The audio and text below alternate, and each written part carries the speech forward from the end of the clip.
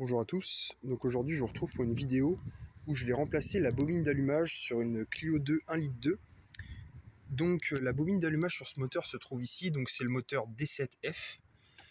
C'est une bobine d'allumage unique, donc elle va alimenter à elle seule les 4 cylindres. Sur certains modèles vous avez une bobine d'allumage par cylindre, bon là en l'occurrence ce ne sera pas le cas. Donc avant de procéder à l'opération de remplacement, j'ai débranché la borne négative de la batterie que vous voyez ici. C'est une précaution que j'ai prise étant donné que j'interviens sur le système électrique de la voiture. Donc là pour le remplacement de la bobine d'allumage, donc vous avez 4 vis Torx 30, donc une là et deux derrière. Moi en l'occurrence sur ma voiture il en reste que deux, mais ça tient quand même.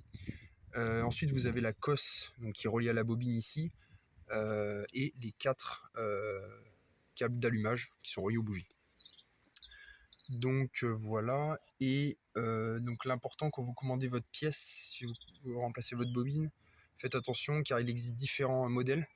Moi en l'occurrence on me proposait différents modèles et la différence intervient notamment au niveau de la forme de la prise. Avant de démonter la bobine, il est important de noter le numéro de chaque prise. Donc ici vous avez le numéro 4, 3, 2 et 1, donc qui correspond à chaque cylindre. Donc les cylindres sont numérotés en partant du côté boîte de vitesse, donc le numéro 1 est de ce côté-là, 2, 3 et le quatrième donc niveau côté de la distribution. Donc c'est important de le noter pour éviter toute erreur lors du remontage. Donc une fois que la bobine a été retirée, donc vous avez les 4 fixations ici. Donc moi j'ai dû enlever le couvercle de la boîte à air juste ici, donc pour accéder à la vis de derrière. Donc il vous sera sûrement nécessaire de le faire également.